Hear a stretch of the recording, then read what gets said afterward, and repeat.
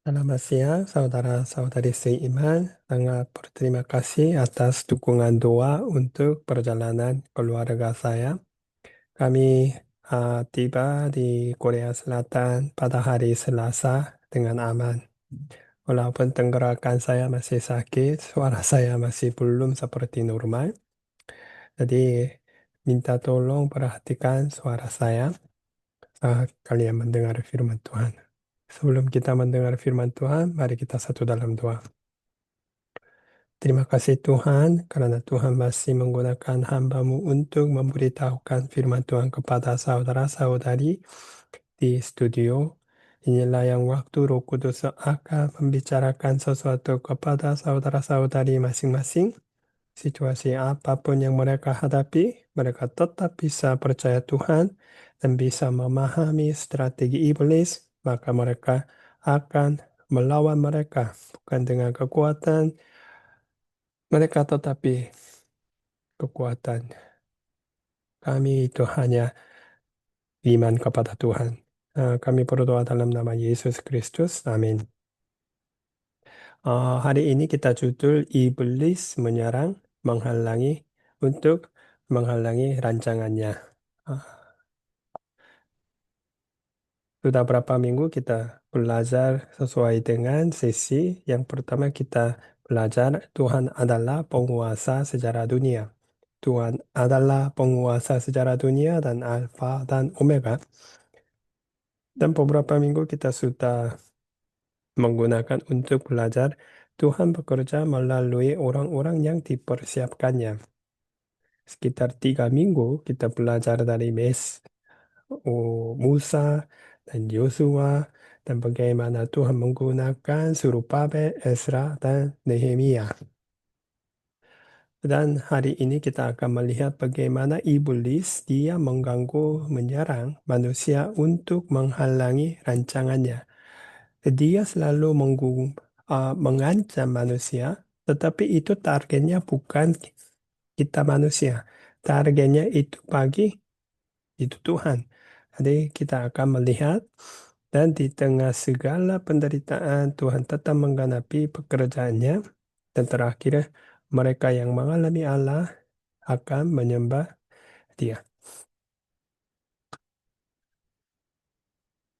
Kita harus melihat kembali apa yang kita belajar. Yang pertama, mengapa Tuhan bekerja melalui orang-orang yang dipersiapkannya? Jadi Mesir, Musa, dan Yeriko, Yosua, dan Yerusalem untuk membangun itu kota Yerusalem. Sekarang Zerubabel, Ezra, dan Nehemia. Firman Tuhan bilang begini, Keluaran pasal 14 ayat 18. Maka orang Mesir akan mengetahui bahwa akulah Tuhan. Apabila aku memperlihatkan kemuliaanku terhadap Firaun, keretanya dan orangnya yang berkuda. Memperlihatkan kemuliaanku. Saat kita percaya kepada Tuhan, kita akan melihat kemuliaan Tuhan. Bukan hanya melihat, kita bisa mengalami dan merasa kemuliaan Dia. Dan kita melihat bagaimana Tuhan menggunakan 3 orang untuk membangun kota Yerusalem. Yang pertama Zerubabel sebagai administrator sebelum Masehi 537. Dan Ezra sebagai ahli Taurat sebelum Masehi 457. Dan Nehemia sebelum Masehi 444 sebagai politikus. Saat kita melihat, mungkin ini hanya sejarah bangsa Israel. Bukan. Semua bangsa Israel terkait dengan nubuat Yesus Kristus. Jadi ini sebenarnya beberapa ratusan tahun yang lalu terjadi, tetapi ini seharusnya terjadi waktunya yang tetap benar. Karena Daniel bernubuat 70 minggu. Kalau kita melihat ini, Dia bilang 70 minggu yang itu penting dan sekarang setiap hari Rabu kalian membaca buku sesuai dengan buku tahun dari sebelum Masehi 444 dan setelah 476 tahun dan 25 hari kemudian siapa yang masuk ke kota Yerusalem? Ya, Yesus Kristus. Jadi iblis, dia menyerang manusia bukan hanya untuk mengganggu manusia, menghalangi rencana manusia, tetapi menghalangi rancangannya. Memang luar biasa, ya. Iblis, dia sangat merindu menghalangi rancangannya. Jadi kita akan melihat bagaimana Surupabel. Dia sebagai pemimpin Yahudi diperintahkan untuk mulai bangun bait suci dan kembali ke Yerusalem bersama orang Israel yang pertama. Dan Tuhan menggerakkan hati Raja Kores, tetapi akhirnya memerintahkan dia membangun kembali bait suci melalui orang Israel. Memang luar biasa. Pekerjaan dia dan keinginan dia kepada Tuhan memang luar biasa. Bagaimana Esra? Dia posisi tinggi pada waktu itu di Persia, tetapi dia memutuskan hal ini sebab Esra telah bertekad untuk meneliti Taurat Tuhan dan melakukannya serta mengajar ketetapan dan peraturan di antara orang Israel. Dia menyerah segala sesuatu yang dia punya di Persia. Untuk apa? Dia mencari kemuliaan Tuhan. Keinginan dia, dia mau melayani Tuhan yang Maha Kuasa. Jadi, dia membawa banyak orang dan dia minta tangan Allah dalam perjalanan mereka, maka dia menunjukkan kemuliaannya kepada raja di Persia dan juga Esra dia sendiri dan semua bangsa Israel yang melihat perjalanan dia. Luar biasa, ya, betul. Dan bagaimana Nehemia? Dia sebagai juru minuman raja. Mungkin dia politikus. Kemarin kita sudah membandingkan dua hal di Persia dan di Indonesia. Yang pertama, pengelolaan makanan dan minuman raja. Sekarang Indonesia seperti menteri seket- sekretaris negara dan menjamin kesehatan dan keselamatan raja. Itu seperti kepala rumah tangga kepresidenan. Yang ketiga, penasihat kebijakan, menteri luar negeri, dan penasihat senior. Mungkin dia sebagai politikus, dia memang orang penting di Persia pada waktu itu yang bangsa yang terkuat. Tetapi dia tidak mencari keuntungan dirinya. Dia itu berdua dan dia sangat merindu berlibat dalam pelayanan Tuhan. Jadi kita bisa melihat Zerubabel, Ezra, dan Nehemia. Mereka memiliki perhatian yang mendalam terhadap pekerjaan Allah dan percaya kepada Allah dengan hati yang tulus dan menghargai nilai-nilai Allah lebih daripada nilai-nilai dunia. Seperti Ibrani pasal 11 ayat 26. Ia menganggap penghinaan karena Kristus sebagai kekayaan yang lebih besar daripada semua harta Mesir. Sebab pandangannya ia arahkan kepada upah. Dan mereka mengutamakan kemuliaan Allah lebih daripada kesengsaraan dunia. Ia karena iman maka Musa setelah dewasa menolak disebut anak putri Firaun.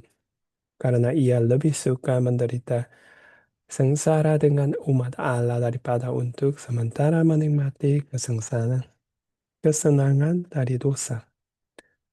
Waktu kalian melihat Ezra, Nehemia, Zerubabel, Ezra, Nehemia, memang kehidupan mereka luar biasa. Apa yang mereka lakukan seharusnya yang dipuji oleh manusia, tetapi mereka tidak. Mereka hanya mencari kemuliaan Tuhan. Kita bisa melihat bagaimana iblis.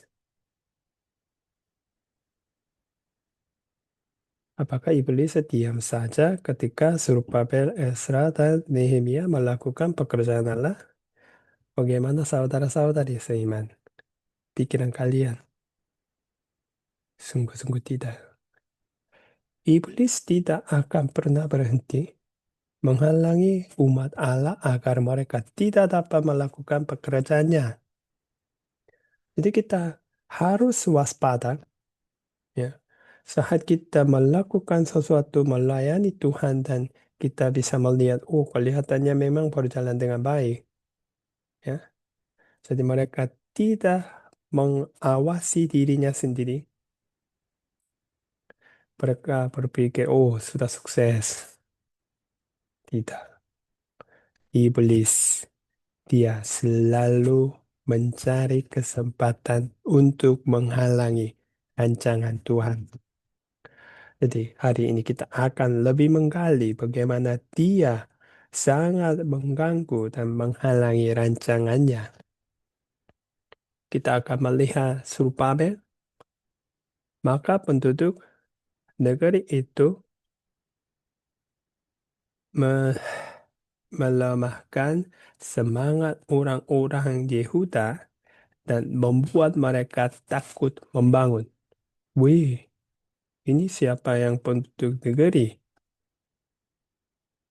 Itu lawan orang Yehuda dan Benyamin. Jadi saat golongan bangsa Israel yang pertama balik ke Yerusalem, mereka sudah mendengar bahwa mereka sekarang membangun lagi bait suci untuk menyembah Tuhan. Maka lawan orang Yehuda dan Benyamin mereka datang dan mereka bilang kepada mereka, mari kita bekerja bersama-sama. Tetapi tujuan mereka tidak benar. Mereka mau mengganggu. Oleh sebab itu, Zerubbabel dan rekan kerja mereka menolak bantuan mereka. Setelah itu, apa yang itu terjadi? Bahkan selama zaman Kores, Raja Negeri Persia, sampai zaman pemerintah Darius, Raja Negeri Persia, maka mereka menyonggok para penasehat untuk melawan orang-orang Yehuda itu dan menggagalkan rancangan mereka. Apa yang mereka lakukan? Yang pertama, mereka menyonggok para nasihat dan juga menggagalkan rancangan mereka. Mereka sekarang beraktif, ya, melakukan sesuatu dua hal itu untuk menghentikan pekerjaannya. Bukan hanya itu, Esra pasal 4 ayat 6. Pada zaman pemerintahan Ahasuerus, pada permulaan pemerintahannya, mereka menulis surat tuduhan terhadap orang-orang yang telah menetap di Yehuda dan di Yerusalem. Jadi kita bisa melihat strategi iblis. Bukan hanya satu. Yang pertama, menyonggok. Yang kedua, menggagalkan rencana mereka. Dan surat tuduhan. Strategi iblis begitu keras. Dan akhirnya, Esra pasal 4 ayat 21. Oleh sebab itu, keluarkanlah pemerintah untuk menghentikan orang-orang itu. Supaya kota itu jangan dibangun kembali sebelum aku mengeluarkan perintah.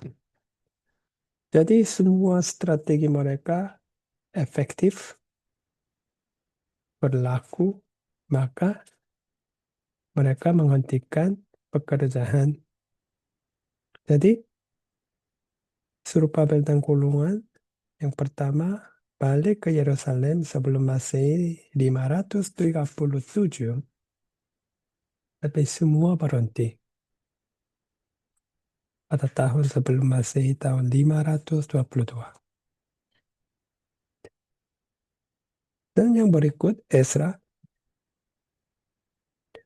Saat Ezra kembali, dia mendengar dari orang-orangnya apa yang sekarang yang terjadi di dalam bangsa-bangsa Israel. Ezra pasal 9 ayat 1.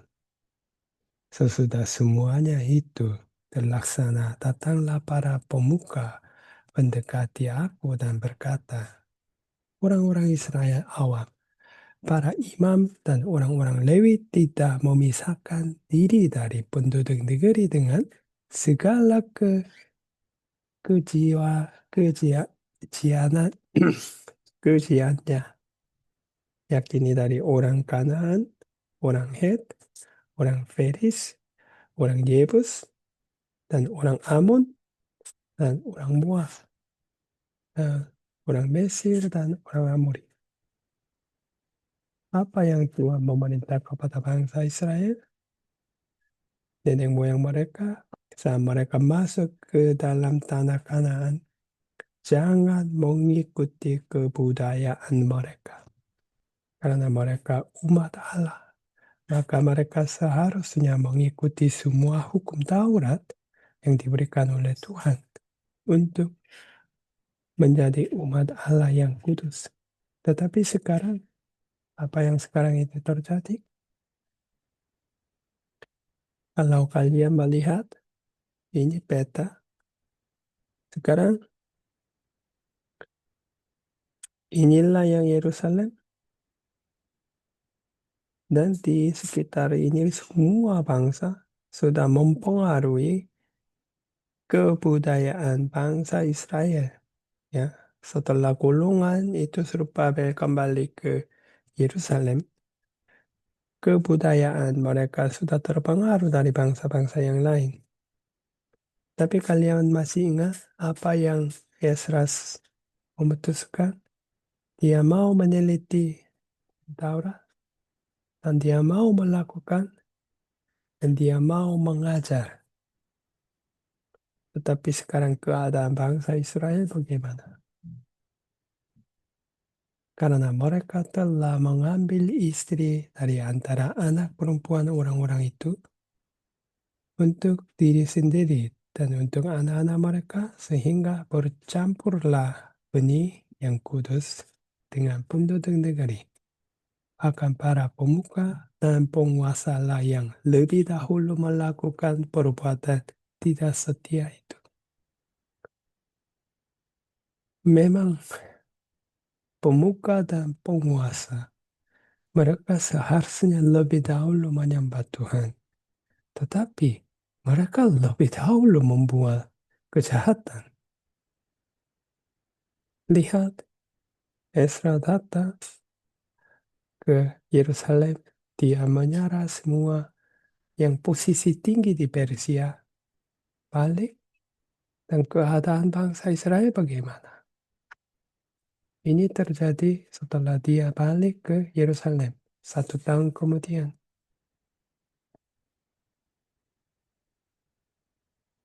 Berapa kilometer?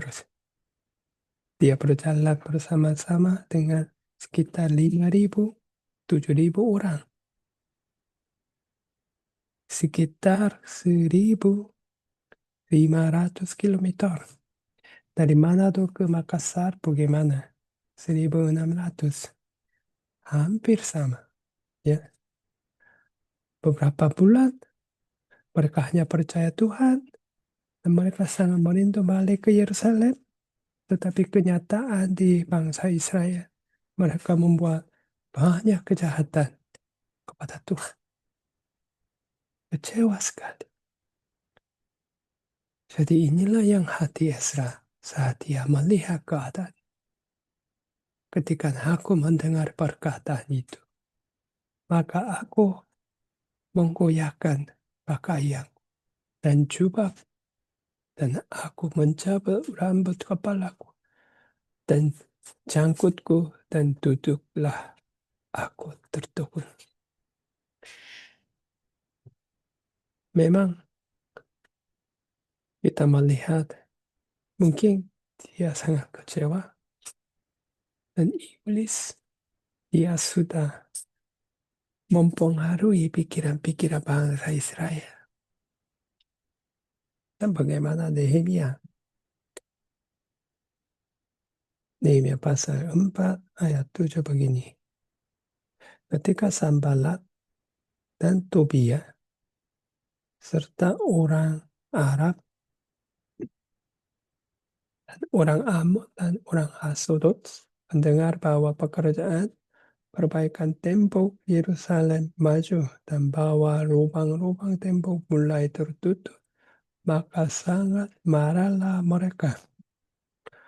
Saat Nehemia datang membakar hatinya, memberi kesemangat kepada bangsa Israel, maka mereka lebih hatinya dibangkit. Mereka mau berusaha, mari bekerja sama-sama untuk memperbaiki tembok Yerusalem. Maka musuh iblis diam saja, tidak mulai ya menghentikan pekerjaan mereka. Jadi Nehemia pasal 4 ayat 8 begini. Mereka semua mengadakan persepakatan bersama untuk memerangi Yerusalem dan mengadakan kekacauan di sana. Di sekitar Yerusalem, semua bangsa menjadi satu tim untuk memerangi Yerusalem. Kalau kalian berada di dalam situasi begini, gimana? Zerubbabel, Ezra, Nehemia, mereka semua mencari kemuliaan Tuhan, mau melayani Tuhan. Mereka menyerah semua segala yang manusia yang paling ingin. Mereka hanya percaya kepada Tuhan. Tetapi mengapa yang semua yang ini terjadi? Ini tidak membuat saya yang kaget. Karena kalian juga sudah mengalami. Kemungkinan besar setelah MDek, pasti kehidupan kalian yang lebih susah.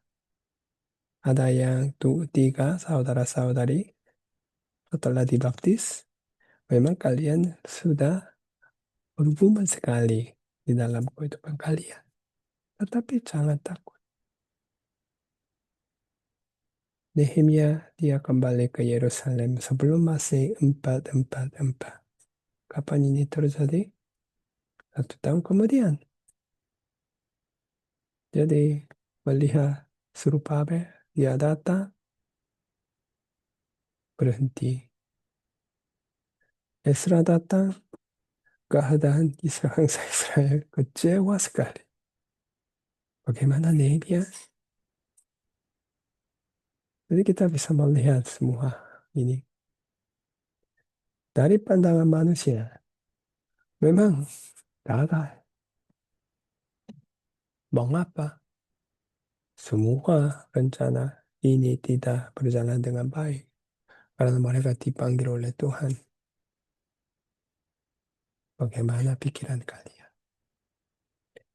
Saat kita menghadapi penderitaan, dari pandangan manusia, mereka kecewa, putus asa. Tetapi kita sebagai anak Tuhan, kita menunggu waktunya Tuhan. Nantikanlah Tuhan, dan kita akan melihat pekerjaan Tuhan. Apa sikap dan sifat anak Tuhan dalam penderitaan? Kita seharusnya mengingat kembali Siapa yang pihak kita? Kita Roma pasal 8 ayat 31. Sebab itu, apakah yang akan kita katakan tentang semuanya itu?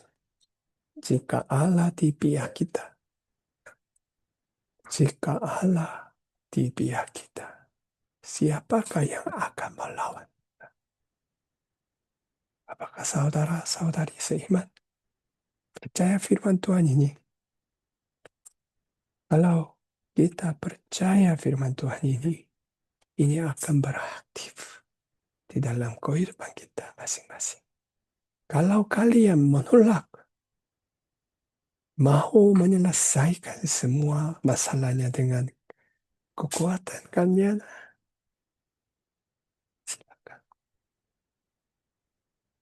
Tetapi kalau kalian, Tuhan saya tidak mau, serahkanlah segala sesuatu kepada campur tangan Tuhan. Yang kedua, menunggu waktunya Tuhan. Saat kalian sudah berdoa, jangan lupa Tuhan sudah bertindak bagi kalian. Dan dia pasti akan memperlihatkan kemuliaannya di dalam situasi kalian. Tetapi sikap yang tahu kita bisa belajar bahwa nantikanlah Tuhan. Kuatkanlah dan teguhkanlah hatimu. Sehingga kita bisa bilang nantikanlah Tuhan. Kita percaya bahwa Tuhan pasti akan bekerja. Dia akan membalas atas semua kejahatannya. Oleh sebab itu, kita bisa melihat Serubabel, Ezra, dan Nehemia. Semua ini sekarang berhenti. Tetapi kita minggu depan akan melihat bagaimana Tuhan menggenapi semua pekerjaannya sesuai dengan rencana Tuhan. Yang ketiga, apa yang atau siapa yang kamu percaya? Itu pilihan kalian. Orang ini memegahkan kereta dan orang itu memegahkan kuda. Tetapi kita bermegah dalam nama Tuhan Allah kita. Mazmur 17. Kita bermegah dalam nama Tuhan. Jadi saudara-saudari seiman, jangan kaget kalau kalian menghadapi penderitaan saat kalian melayani Tuhan. Itulah yang waktu Tuhan akan menunjukkan belas kasih kalian, perlindungan Dia kepada kalian. Jadi harapkanlah pekerjaan Tuhan di dalam kehidupan kalian. Dan kita bisa mengakui, Tuhan, sekarang saya tidak mengerti mengapa semua yang ini terjadi. Tetapi saya percaya ada rencana Tuhan lebih indah daripada rencana saya. Terima kasih. Inilah yang firman Tuhan hari ini. Kita akan mengambil waktu sharing. Saya minta mungkin Pak Upi merekam semua sharing. Dan saya minta dua hal yang kalian bisa sharing. Yang pertama, dari firman Tuhan. Dan juga yang kedua, bagaimana itu pelayanan MDEK bagi kalian secara pribadi. Terima kasih.